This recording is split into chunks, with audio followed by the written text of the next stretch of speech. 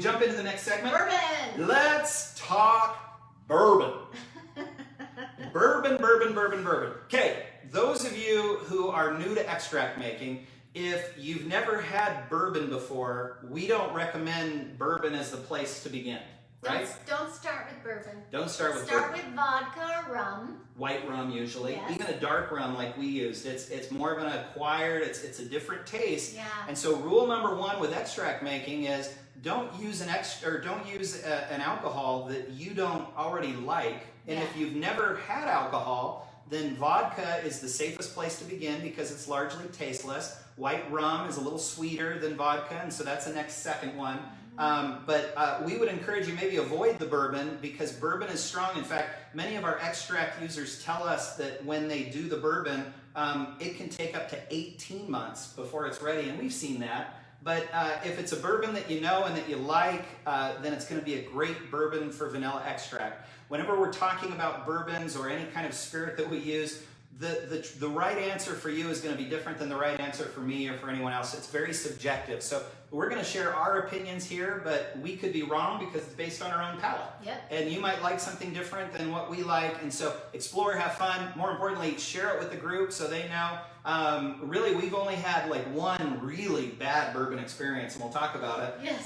But bourbon for us adds a whole new level of taste to extract making. Yep. We really like it, especially around the holidays. So that's why we saved bourbon for last. We talked about rum, we talked about vodka in previous shows. So let's talk bourbon and let's also talk whiskey. So what is the old saying? That all bourbon is whiskey, but not all whiskey is bourbon. Okay? So why is that? Why do we talk mostly about bourbon and we talk very little about whiskey? And I've got a whiskey here because we are going to talk about it briefly here. The reason is this. In the late 1800s, the U.S. federal government got involved in protecting professional distillers from the moonshine industry, and they created a federal law in 1897 called the 1897 Bottle and Bond Act. And what this did is it benchmarked in America what, if you're going to put the name bourbon on your bottle, you have to adhere to certain standards. And the standards are this. This is based on the U.S. government regulations. So every time you buy bourbon, you know you're getting the following. One, the bourbon must be made in America. You can't get bourbon out of Scotland where they make scotch. You can't get bourbon out of Japan. It must be made in America. Two, bourbon must be 51% corn. Now the other 49% can be rye and other things. It's up to you, or it's up to the maker, but 51% of the bourbon has to be corn. And what that means for us as extract makers is that corn is sweet. And so bourbon is typically sweeter than most whiskeys or moonshine. Number three, bourbon must be stored in a new, never used charred oak barrel. Now, a bourbon that's been stored in a barrel for 10 years, 15 years, 20 years, is going to take on the taste of the barrel. And so a lot of whiskey producers, they can get barrels that previously had bourbon in them. They can get barrels that had rum in them. They can get barrels that had any other kind of spirit in it to make their whiskey, and then that whiskey is going to take on the taste of whatever was in that barrel before. So with bourbon, you're always starting with a brand new charred American oak cask. And in American oak, many of you that buy like our oak blocks to soften your extracts, you're buying them because we know the taste of American oak is really sweet, honey, vanilla, sometimes a little coconut, even like a little lemon, sometimes people will say. That's the inherent taste that comes out of American oak, and when you're using bourbon, it's a brand new cask. Yeah. Did you have something there? No. Okay. Bourbon must be distilled to no more than 160 proof, which is 80% alcohol, and entered into the barrel at 125 proof, which is 62.5% alcohol. Bourbon must be bottled at no less than 80 proof, 40%. So bourbon is all 40% alcohol, which is great for extract making. And finally, bourbon must not contain any added flavoring, coloring, or additives.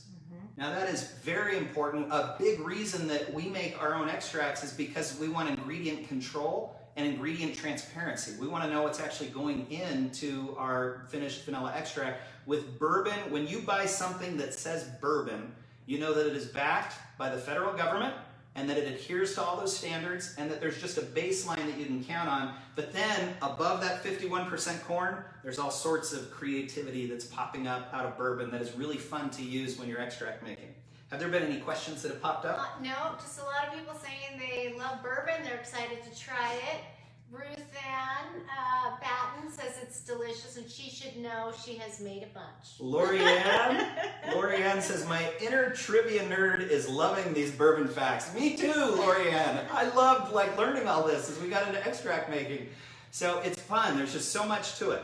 So we're going to talk about bourbons that we use that we have loved. So if it's your first time and you're going to go out and you're going to buy a bourbon, we've got a few here that we're going to recommend. We even have a whiskey that we're going to recommend. And I have one bourbon. I don't have it here because I never want it in my home again. It was so bad. And we'll talk about that one. So It was awful. It was bad. So I have one warning, but all the others really have been great outcomes. So let's talk about it. My favorite bourbon to use for extract is this one right here in the middle. It's Woodford Reserve. For the price, it's kind of a mid to upper shelf bourbon. It is absolutely wonderful. It's sweet, it's soft, it's delicate, coupled with Mexican vanilla beans or Indonesian vanilla beans. It's absolutely wonderful. So my recommended bourbon, always when people say, hey, I'm going to do my very first bourbon extract, which one? I always recommend Woodford Reserve because it's wonderful. It's just a great all-around used bourbon. As we're talking about it, I mentioned those beans. There are types of beans that are not great with bourbon that we need to talk about here. As you'll notice on our website, we have a little chart underneath every one of the product pages that outlines what the best spirit is for each bean. We have a whole segment of beans, the Tahitensis beans, that are fruity. So our Tahitis, our Hawaiians, which is a planifolia, but it's fruity. Our Ecuadorians, our Tongan beans, all of those fruit-based beans, they can be good with bourbon, but really for bourbon, you want the dark and the smoky and the rich beans. So whenever I'm doing a bourbon extract, I'll typically lead with a Madagascar, with a Mexican, with an Indonesian Papa, or with an Indonesian Sumatra. Those are my favorite bourbon beans, and I'll typically try to avoid the Tahitis, the Ecuadorian beans, the Hawaiian or the Tongan beans. Not to say that they're bad, and I think others have used them and said that they loved them, but I haven't. I think that those flavors are a little contradictory sometimes. Yeah.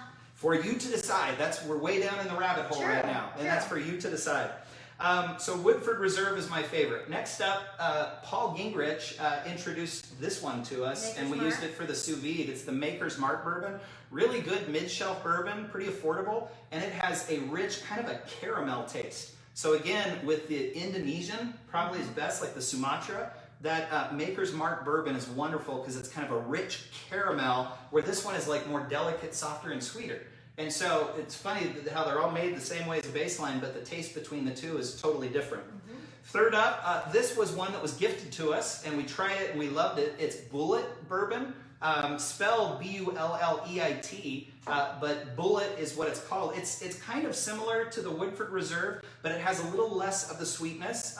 There's a little bit of caramel, but I pick up a lot of lemon and a lot of honey that comes out of the Bullet bourbon. And so I really have enjoyed the Bullet bourbon. It's a great one for holiday extracts as well. Finally, as we get into our recommendations here, we recommended this vodka, this brand of vodka, and now we're going to recommend this brand of bourbon. It's Sugar House. This is from a local distillery here in Utah called Sugar House Distillery. We're all about promoting local businesses, and so if there is sort of a local distiller in your neck of the woods, try their bourbon out, see what you think, and report back. And let us know what you think and how it turned out and what bourbons are great. There's a number of distilleries that are around here that are producing bourbon. This is my favorite local. It is incredibly sweet. The corn actually comes through pretty strong on that one. A little bit of caramel like the Maker's Mark, but not as strong or as rich and deep as like the Maker's Mark is. Finally, and I don't have it here, Four Roses bourbon. We tried that. It was kind of, it didn't come out as well as we would have liked. The smokiness was really strong, almost Scotch-like. in the Four Roses bourbon. And so we didn't love the Four Roses. We gave it a C, I think, on our website. We have a page underneath extract making that talks about the difference between whiskeys and bourbons, and then it ranks the various bourbons. And I think we gave a C to Four Roses because it was so smoky and that charred taste came through much stronger than I would have liked in a vanilla extract. Finally, the worst one that we ever tried was Old Crow.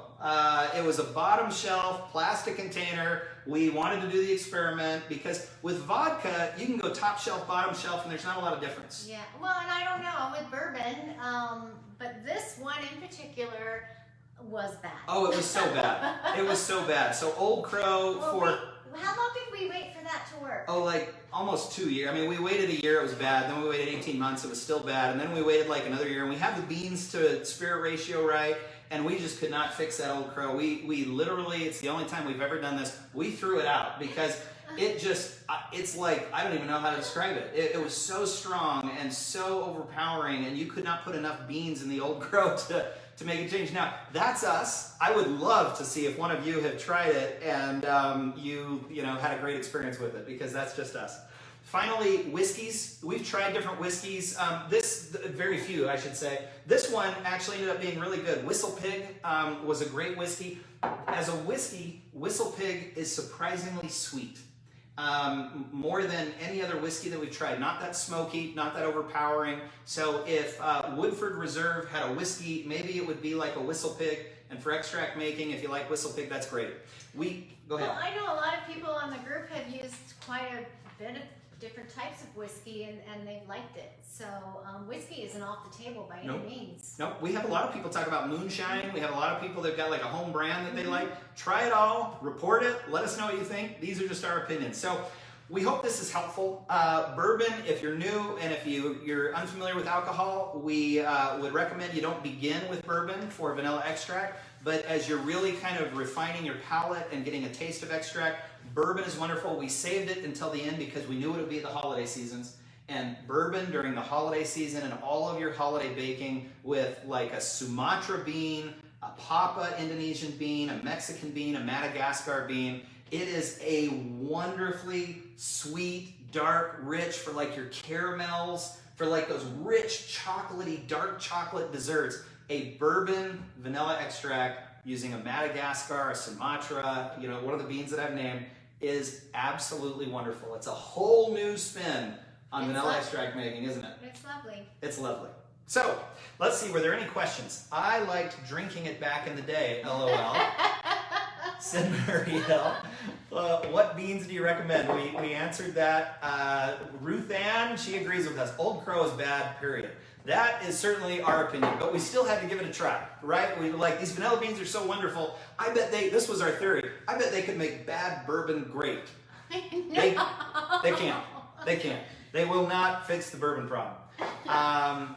Don't drink bourbon or whiskey. So Doreen, I hope this was helpful. There's a lot of people that don't drink bourbon or whiskey, and they don't know where to begin. So that's part of why we're doing this, is for people that are unfamiliar with it.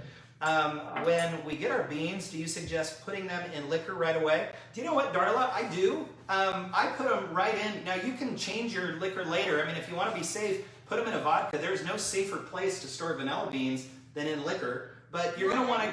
Go ahead. You're going to be waiting a year, so don't sit on your beans. They're just going to be sitting there. You have to wait so long to get your extract.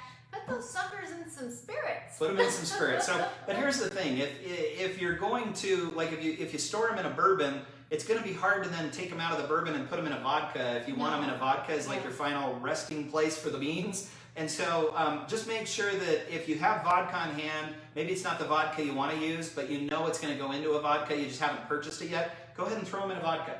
If you're going to have them in rum, then put them in a rum that you have. You could probably go from vodka to rum. You could probably go from vodka and rum to bourbon, but you can't really go backwards. If you went from bourbon to vodka, it could kind of, the taste wouldn't work. So yes, we do recommend storing them there. Where is, oh my gosh, Buffalo Trace. It's right here. It was number 3 and I didn't say it. We don't have any. We don't have any more. We used it all. Thank you for asking. But we loved Ramona's Buffalo Trace Bourbon. So here it is right on my list. Number 3. I just skipped right over it because I didn't have the memory cue there in front of me. We loved Buffalo Trace Bourbon. Had never had it before, and Ramona introduced it to us. We did a taste test of it just last show. We did. They don't sell it here in Utah, so when we have friends or somebody coming in from out of state, we've had them bring it for us, and because they just don't sell it here. Yep. So Buffalo Trace is wonderful. That is absolutely top of the list. We need to update the website. I don't think it has Buffalo Trace listed either. We need to make sure we update the website to have that included. Thank you for asking. We absolutely recommend Buffalo Trace, and the price was pretty reasonable as well. Yeah, kind of a mid-shelf bourbon that was pretty good. Okay, good to know. I guess I should put my beans in something. Can you mix the beans? You sure can mix the beans. In our previous episode, we did a Ecuadorian and a Madagascar, and then in this one, just right here at the beginning, we did a Madagascar with a Mexican. And so mixing the beans is wonderful. Yep. And Debbie Perry says, "Oh, I'm glad Buffalo Trace made the grade." It did. We love Buffalo Trace, thanks to Ramona. So yes, it made it.